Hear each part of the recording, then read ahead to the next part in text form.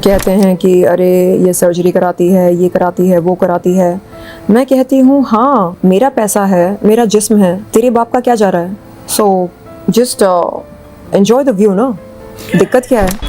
ये इसकी वजह से पूरे देश के लड़के सो नहीं रहे थे है, इसकी वजह से तुमने सबका जीना हराम कर रखा था। शर्लिन चोपड़ा इतनी हॉट हॉट हॉट हॉट ना। अब आप बताओ, हॉटनेस के लिए क्या इसकी जरूरत लगती है?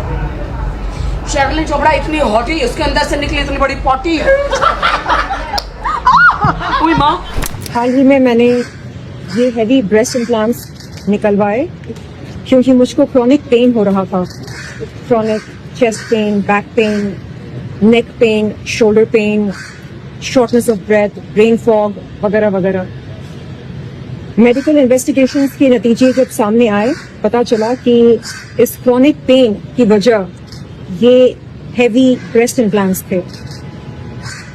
And today I feel as light as a butterfly after having undergone a breast explant surgery.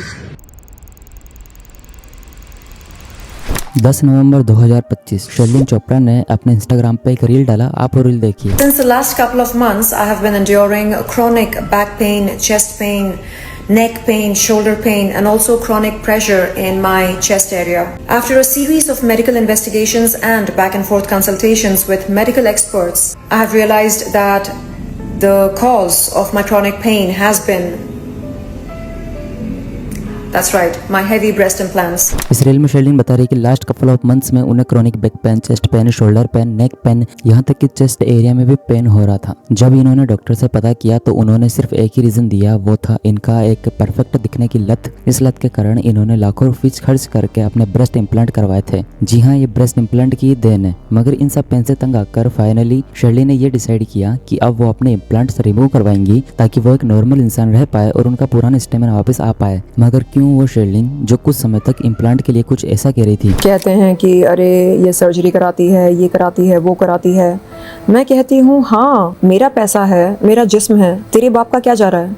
So just enjoy the view ना, दिक्कत क्या है। उन्हें अब इम्प्लांट रिमूव करवाने का डिसीजन क्यों लेना पड़ा? कैसे वेस्टर्न इन्फ्लुएंस इंडियन गर्ल्स की बॉडी बर्बाद कर रहा है? कैसे नेचुरल ब्यूटी से ज्यादा प्लास्टिक ब्यूटी को परफेक्शन माना जा रहा है? इन सब बातों पर आइए खुलकर चर्चा करते हैं। शर्लिन हमेशा से ऐसी नहीं दिखा करती थी जैसी वो आज दिख रही हैं, बल्कि शर्लिन पहले बहुत अलग दिखती थी। आप उनकी कुछ पुरानी फोटोज देखिए, काफी लोगों को ये यकीन नहीं होगा पर यह शर्लिन ही है। मगर धीरे धीरे उन्हें सर्जरीज की लत लगती गई और वो एक समय पे आके ऐसी हो गई। शर्लिन की कॉस्मेटिक मॉडिफिकेशन की शुरुआत कॉन्टैक्ट लेंसेज से हुई थी। शर्लिन कहती है कि मैंने सबसे पहले कॉन्टैक्ट लेंसेज लगवाए थे क्योंकि मुझे अपनी आंखों का लुक चेंज करवाना था।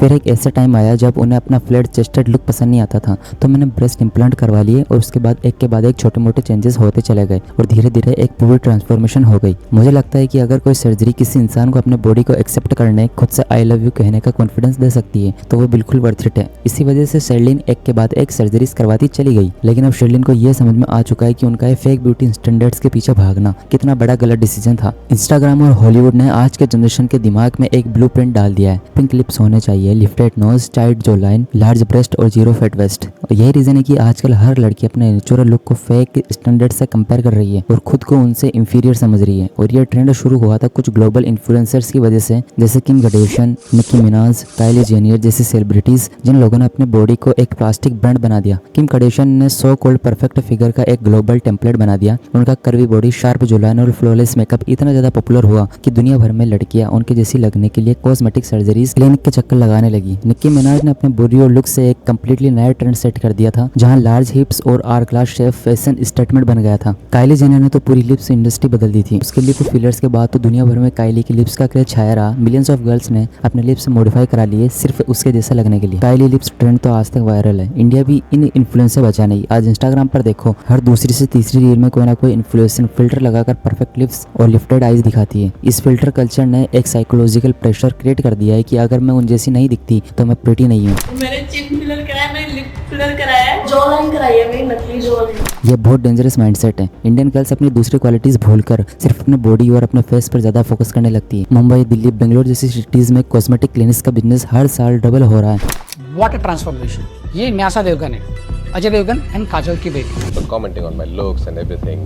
So yeah, 8-9 years back, I did little touch up on my chin with fillers. Plastic Aishwarya botox, fillers, nose jobs, lip lift और ब्रेस्ट ऑगमेंटेशंस ये सब कॉमन हो गया है। ये ट्रेंड इंडिया में हद से ज्यादा पॉपुलर हो चुका है कि cosmetic surgeries and procedure market का रेवेन्यू 2033 तक 12,000 मिलियन यूएस डॉलर्स तक पहुंचने का अनुमान है। डॉक्टर्स के क्लिनिक्स में 18 से लेकर 25 साल के एज ग्रुप की लड़कियां सबसे ज्यादा जाती है, जिनके हाथ में इंस्टाग्राम होता है और दिमाग में किम कार्दाशियन की फोटो। उन्हें लगता है कि परफेक्ट दिखना उन्हें काफी ज्यादा पॉपुलर और सक्सेसफुल बना देगा। बोटॉक्स एंड फिलर्स टेम्पररी होते हैं, हर 6 महीने में रिपीट करवाना पड़ता है। बॉडी सर्जरी के बाद कॉम्प्लिकेशंस कॉमन है, जैसे कि इन्फेक्शन, स्वेलिंग, नर्व डैमेज और डिप्रेशन तक। डॉक्टर्स के हिसाब से ब्रेस्ट इंप्लांट और कॉस्मेटिक सर्जरी सिर्फ एक फैशन चॉइस नहीं है, ये एक मेडिकल रिस्क भी है। एफडीए ने अपने ऑफिशियल पेज में लिखा है कि ब्रेस्ट इंप्लांट से इन्फेक्शन, लीकेज और पेन जैसे प्रॉब्लम्स कॉमन है। कई केसेस में तो इंप्लांट बॉडी के अंदर ही फट जाता है या रिएक्ट करता है, जिससे स्वेलिंग, फीवर और पेन होता है। कुछ वुमेन में एक रेयर टाइप ऑफ कैंसर भी मिला है, जिसे breast implant associated anaplastic large cell lymphoma यानी कि